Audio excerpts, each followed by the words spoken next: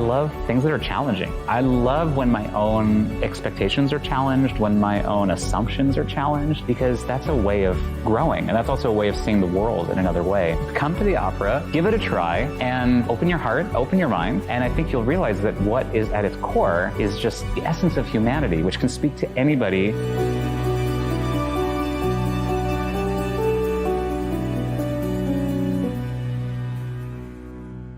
This is Detroit Opera for me, sitting in this space right now. Yeah. What does it mean to you? I see it as a remarkable sign of resilience because David DiChiara, who founded Detroit Opera, at the time it was Michigan Opera Theater, in the 90s. Now, I was not here in the 90s in Detroit, but I hear stories about what downtown Detroit was like in the 90s. Yeah. And I'm trying to imagine David DiChiara saying, downtown Detroit is the place where opera should be thriving. And so he put down roots in this building at a time that, as I understand it, everything around this opera house had seen better days. So this notion that David had that vision to say that opera is going to be part of the resurgence of Detroit, I mean, I think we're seeing that happen all around us. I mean, downtown Detroit now feels so welcoming, so vibrant, so exciting. And with so many more possibilities, it hasn't yet reached, from what I see, it hasn't reached like an apex. There's buildings, popping up all over the place. But I do think at that time, it was a really bold move to think that opera could be part of that resurgence. Exactly. And what's so interesting is that sometimes opera can be intimidating. Oh, yeah. And that it's maybe not the welcoming, come one, come all feeling to it. Absolutely. Do you think it can be intimidating? I think that yes, I do think it can be intimidating. So I have to recognize that always, but always actively work against that by saying, come to the opera, give it a try, and open your heart, open your mind. And I think you'll realize that what is at its core is just the essence of humanity, which can speak to anybody. Let's go back a little bit in time. Yeah. For you, when you first realized that music was part of your life and that you wanted it to be a part of your life. Yeah. Well, I really owe it all to my dad, who took me to the opera when I was a young kid. And you grew up outside of Chicago. I grew up outside of Chicago.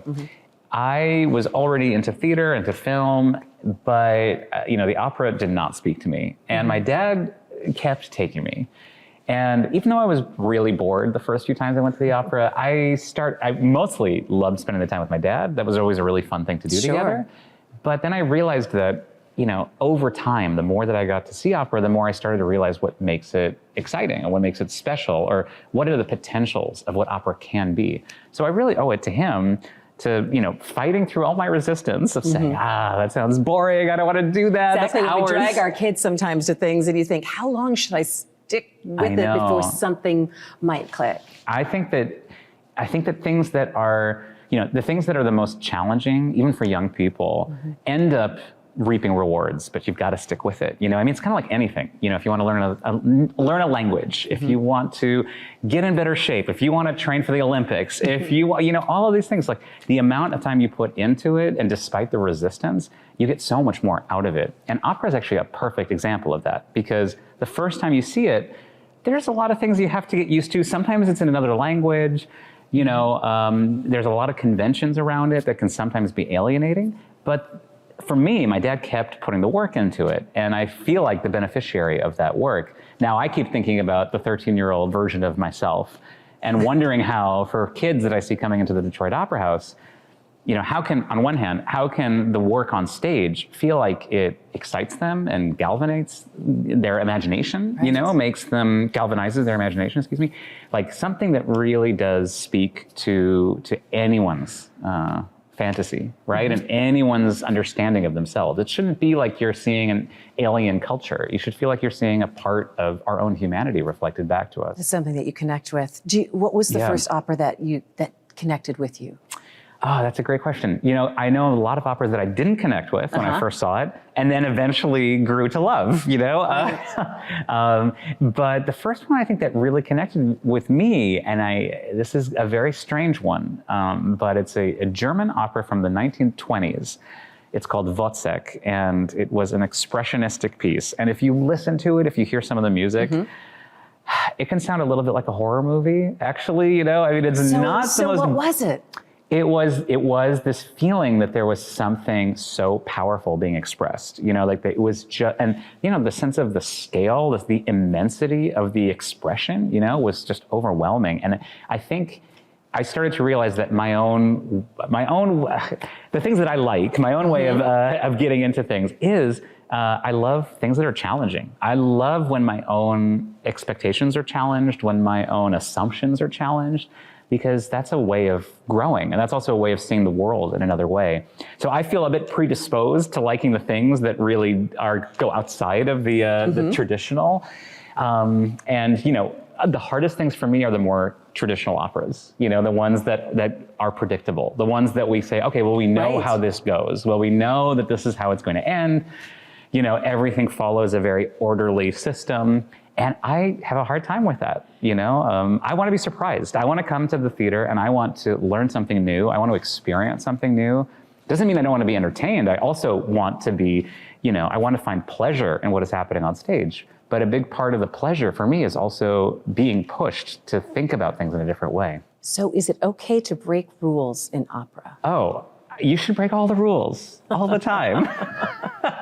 Absolutely. And I think, you know, I think people would say, it's funny that you should ask that question, because I think people would say that about art.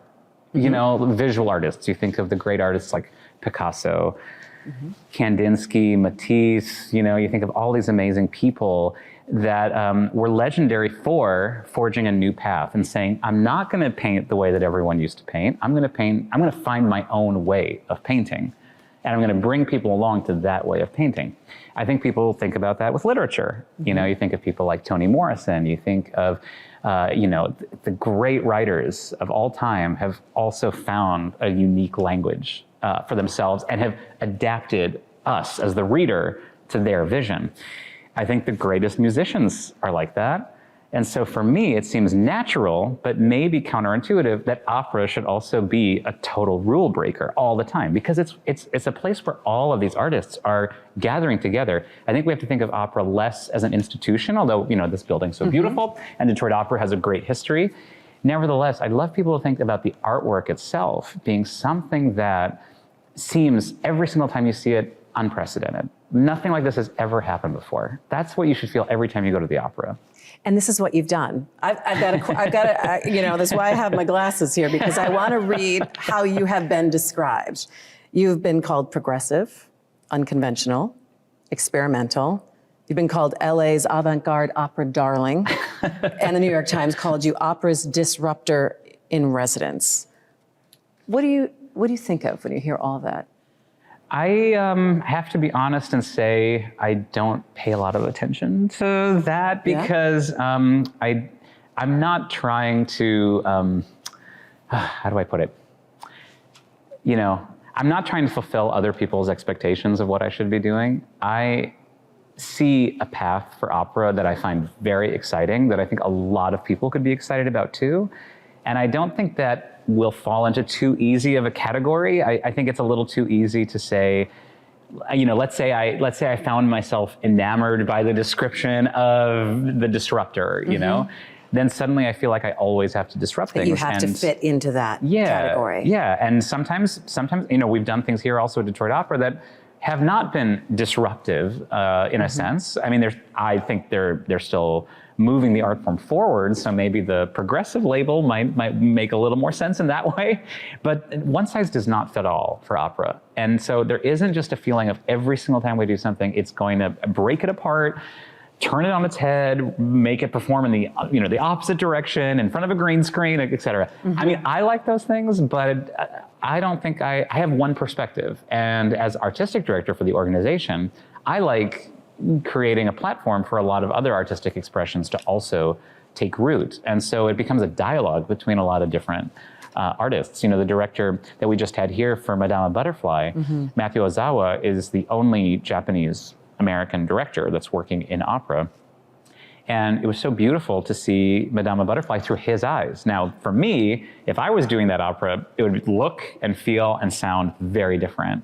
But I didn't want to do it. I wanted to empower Matthew. Someone else to be able to bring their vision. Exactly. And I learn from that vision. You know, I learned from being able to understand the world from Matthew's eyes, the same way that when we did Malcolm X, I was really committed for us to do Malcolm X here in my first season at Detroit Opera, but I wasn't going to direct it, for obvious reasons. I'm not the right person to direct it. I wanted to make sure that this piece would be able to represent the Black community first and foremost with who is telling the story. You know, who is the director, who are the designers, who's the conductor that is going to be entrusted to tell a story that feels like an honorable expression of the story of Malcolm X for Detroit, you know? And so that for me was, I take a lot of joy in being able to empower other artists. So it's not just about my own vision of opera, which has its quirks and has its the things that I get excited about and interested in. But I don't think that is somehow a kind of blanket statement that I'm expecting that to be the one and only direction for opera to go. I think that there's many, many paths. What is it about Detroit that's inspirational to you? I find Detroit really inspiring because I love the artistic community here. For so many reasons, but chiefly that they have worked tirelessly to find voice for their city. Despite so many obstacles, despite lack of resources at times, despite things seeming to crumble and fall apart. But, I keep thinking about the motto for Detroit, that's on the flag that it was after the fire, the fire in Detroit that flattened so much of the city. And that's when they came out with the motto for Detroit, which is in Latin that I can't remember the exact phrase, but it's something like, we're hoping for better times. Yeah. In a way, whoever came up with the city motto of, we hope for better times, we envision better times, we're planning for better times, they set the mold for what Detroit has been about ever since, which is no matter what comes this way, whatever comes towards Detroit, Detroiters always find a way of meeting that challenge and somehow, embracing it and going past it. And I find that really inspiring because actually as an artist, you have to do the same thing.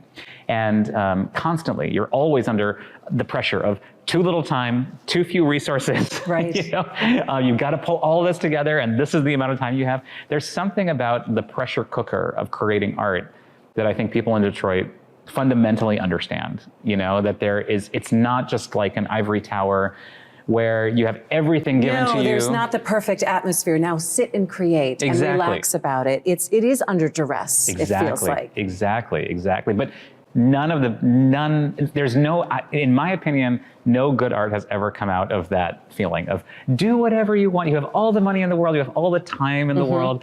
The greatest art has always had that sense of a ticking time clock, that something needs to get done and something needs to be expressed. And that urgency, again, I think most people may not associate that with opera necessarily, but I think that through the performances of opera, we can find that original urgency that Puccini might have felt when he wrote Madama Butterfly, or that Verdi wrote, or Anthony Davis wrote when he wrote Malcolm X. That's only a 30-year difference as opposed to a 300-year difference in some cases, but all of them started because the composers had something burning inside of them that they wanted to get out. And I think that our job as the interpreters is to find an avenue for that to be able to be expressed to an audience. Then our job as an organization is to let our community know, no, this is something that you just have got to see. Yeah, the accessibility of it all. Yeah. But I also think about the creation under that pressure or the change, and it brings me back to the pandemic when you staged Twilight Gods in a parking structure. Yeah. I mean, again, thinking of that and saying, how do we bring this to people in a time when people are starved for art, creation, and beauty at a time that we don't know what's going to happen next? It was really critical for me when I was asked to be the artistic director of Detroit Opera that we don't wait until it's perfectly safe to create an opera, that we actually seized the moment and said, you know what, even under these challenging conditions of COVID, we can still find a way to make art. Our art always finds a way. So all we have to do is enable that to happen. And opera, which can seem incredibly complicated and so many people and blah, blah, blah. It's like, you know what, let's strip a lot of that away. It's gonna be fewer singers, it's gonna be fewer instrumentalists. we can't be in the theater, but you know what? We own the parking lot, and we own the parking garage, so let's take advantage of that. We can't gather together. Let's transmit the live singing into people's cars and let them experience it. There's always a way. You just always have to, change your perspective, and turn and look at it from another way. That's what art does. That's what art is always doing. That's why art has been such a huge part of Detroit's identity. You think about how much Detroit has actually exported on the international scene, and actually mostly, as I see it, related to music. It's always been music, from Motown to techno to hip hop. I mean, it's been such a trendsetter as it's related to music. So opera seems perfectly suitable for that kind of city. Exactly, and right? Yeah. I also love how everything that we're talking about in change in Detroit is also weaves into how you see things and the change. I mean, talking about flipping things upside down. You did that with La Boheme. Right. Chronologically changing and saying, well, this is what we're going to do. Right. Where did you find, I guess, maybe the strength or the vision to say, how I feel about interpreting a certain piece is okay, and whoever comes will come, and having confidence in pushing the boundary? Yeah, what a great question. I don't know. I don't know where that comes from. I think any artist has to find it for themselves, and has to find especially artists that don't want to do what everyone else does, and that can be hard. There's a lot of pressure to conform. There's a lot of, opera can be very rigid when when you think about it in terms of, you must be able to hit this high note. You must be able to, say, play in tune. You must be able to, light under crazy circumstances. There's a lot of pressure on that kind of circumstance. And most people approach that pressure by saying, I'm going to do what I think is right, meaning I'm going to do what everyone else has done, because that must be what's expected of me. I have a talent, and I'm going to take that talent, and I'm going to find a way that it feels relatable to what everyone else expects of opera. So it can be challenging to say, maybe what you expect of opera is limited, and maybe what we all are thinking about when we hear the word opera is too small. Where the strength comes from to push ahead, I have to say, I don't know if I would call it the strength or courage or that kind of thing. I mean, maybe it seems that way from the outside. From my inner experience of what it means to be interested in doing La Boheme in reverse order, or doing an opera in the parking garage, or those kind of things, or any of the other things that we do, it comes from me from a sense of wanting to explore, never feeling like I have the answers. I'm looking for the answers, I'm trying to find what actually makes these pieces feel resonant, exciting, vibrant. What have we still not learned from Mozart that we can learn if we do it differently? And I think that's what really drives me. Is I want to find something new, and I know it's actually really easy to find something new in a great masterpiece of any genre, opera or visual art or theater or literature. It's like you just have to go past your assumed knowledge. I was just going to say, you have to wipe clean everything that you already thought about that it could be or it is. Exactly. And say, how do we look at this differently? Well, let me give you an example, not from opera, but I went to the DIA to see their amazing Van Gogh show. And I took some art history classes. I didn't do a lot of art history classes, but I did do one that was kind of a survey of European art, et cetera. And Van Gogh there was a lot of Van Gogh. So I was a college kid, so I'm allowed to be a little arrogant back then. You went to Cal, Berkeley, right? I went to Berkeley, UC Berkeley. And I remember thinking, oh, I know Van Gogh. I know all about Van Gogh. I don't even need to go see this show. I already know everything I know about Van Gogh. But actually, I decided to go into this show with a different attitude. And I tried to imagine that I don't know anything about Van Gogh. And I just went in and just took the paintings at their face value. And I had to always shut up the voice in my head that said, oh, look at the form and look at the color and look at all those things that I learned, the ways to learn about to appreciate a work of art. Now, I don't want to undervalue that, because that's really useful. And I did do that, but I almost had to do it and then forget it. And then just remember what anyone might experience when they're just face to face with a work of art, and what touches you, what moves you, what speaks to you about this piece. And I found myself so surprised, because suddenly Van Gogh seemed to me so radical, It seemed totally fresh. So fresh.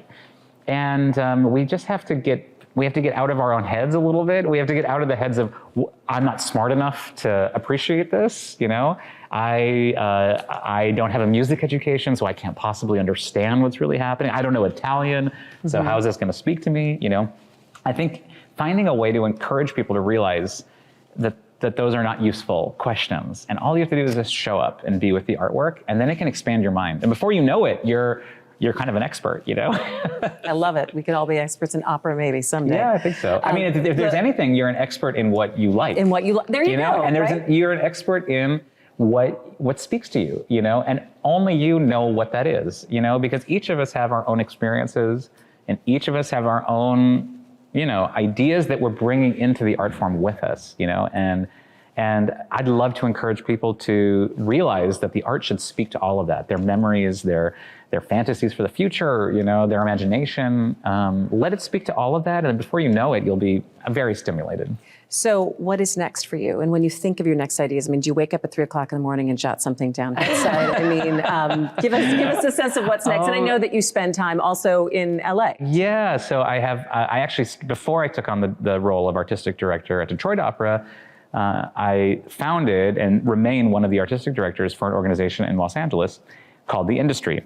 And that's an organization that does very experimental work. So not even in a theater. So things in train stations and moving vehicles and escalators and, all kinds of stuff like that. So I love that kind of exploration.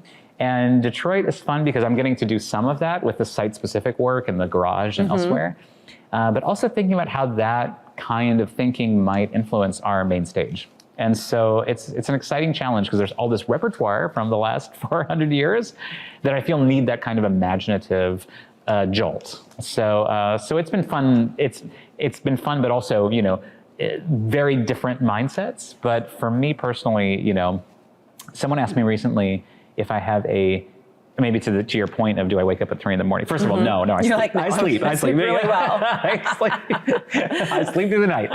But I have to say, I really value the fact that I don't have a routine. So someone asked me the other day, do you have a routine that you stick to? And because I think we have an idea that, the best creative people are, every day from 6 a.m. until 10 a.m. They are just writing uninterrupted, whatever. That might work for some people. For me, I love the fact that no one day resembles the other. I never quite know. Really? Yeah, I never quite know what is going to happen the next day, Every day is its own adventure, and whether I'm in Detroit or Los Angeles, or if I happen to be somewhere else for another project, I find that really stimulating, and that does generate so many ideas because I'm suddenly so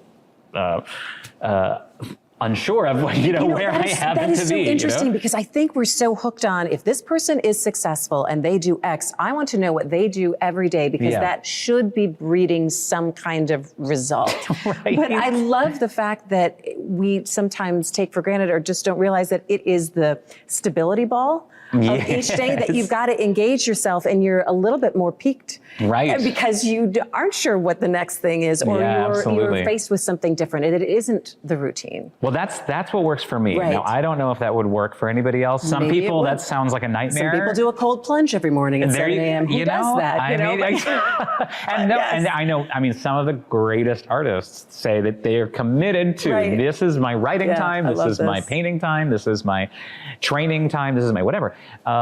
Good for them. They should. You just have to. Everyone has to find what works for them. For their maximum creativity, their maximum engagement with life. In the end, we're just talking about how we engage with this reality that we're in. And there's so many ways of doing that, and you have to find the thing that works for you. And what works for me is actually never quite having if I ever have a routine, if I fall into a routine, I just have to break it, because I just realized, I gotta keep trying something new because it's always in that unexpected. Because any idea that I've ever had that I feel I've been really excited about has never been when I'm sitting and waiting for it at a blank page, the kind of, Yes. It's been where I actually, when I'm racing to a meeting that I'm late for, but suddenly I pass by something and I just go, oh my gosh, that's the right way to do it. That's how I should do that, I've literally had ideas staging for a project where I said, this is my one rehearsal to get this right, and I don't have an idea. And I'm walking to the theater, and on the way there, suddenly the idea just hits me. I go, okay, I know exactly what we're going to do. You must be very open then to that. Oh, do you know what I'm saying in terms of just open to surrounding and open to ideas instead of I have to, it has to fit on this line. Right.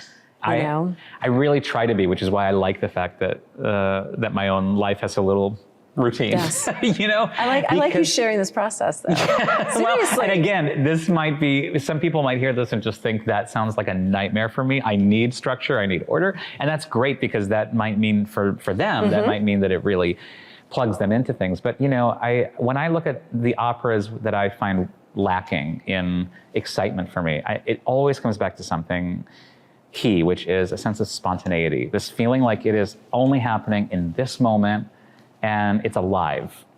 And I do think that the only way for me to try and capture that is to actually live my life that way, you know? And so anyway, so that's kind of how I've been thinking about my own process, you know? And also trying to get a little bit of the mystery away from it, you know, that it is not just going up to a retreat on a holy mountain and waiting for ideas to come through me, and you know, but no, just being active in the world in the same way that I would like audiences to engage with the work that I'm putting on stage. So can I ask about your family? Is your dad still with us? No, my dad passed away 11 years ago. Wait, 23. No, my dad passed away 12 years ago, actually. So he was able to see a lot of your career, though, start to unfold. He was there for the beginning of the unfolding of my career. He has not seen any of the major achievements that I've had. You know, I mean, he really passed away just as things were starting to pick up. You know, so it is in many ways a kind of, you know, it's kind of irony of reality. Yeah. On the other hand, you know, he's always there. You know, he's in this building. He's in this building every time we do a show here. You know, he's with me. So you know, it's so true when you lose somebody, especially someone who really forged your path. You know, like my dad did. You just think, you know, the relationship with them does not go away. It continues to develop, and so the relationship still is developing. You know, in a very beautiful way. I bet. Well, thank you for this time. Thank you. It was really a wonderful conversation. Thank you so much. We enjoyed it. We can't wait to see what's next. Oh, thank you. Thank you. Look forward to having you at the opera.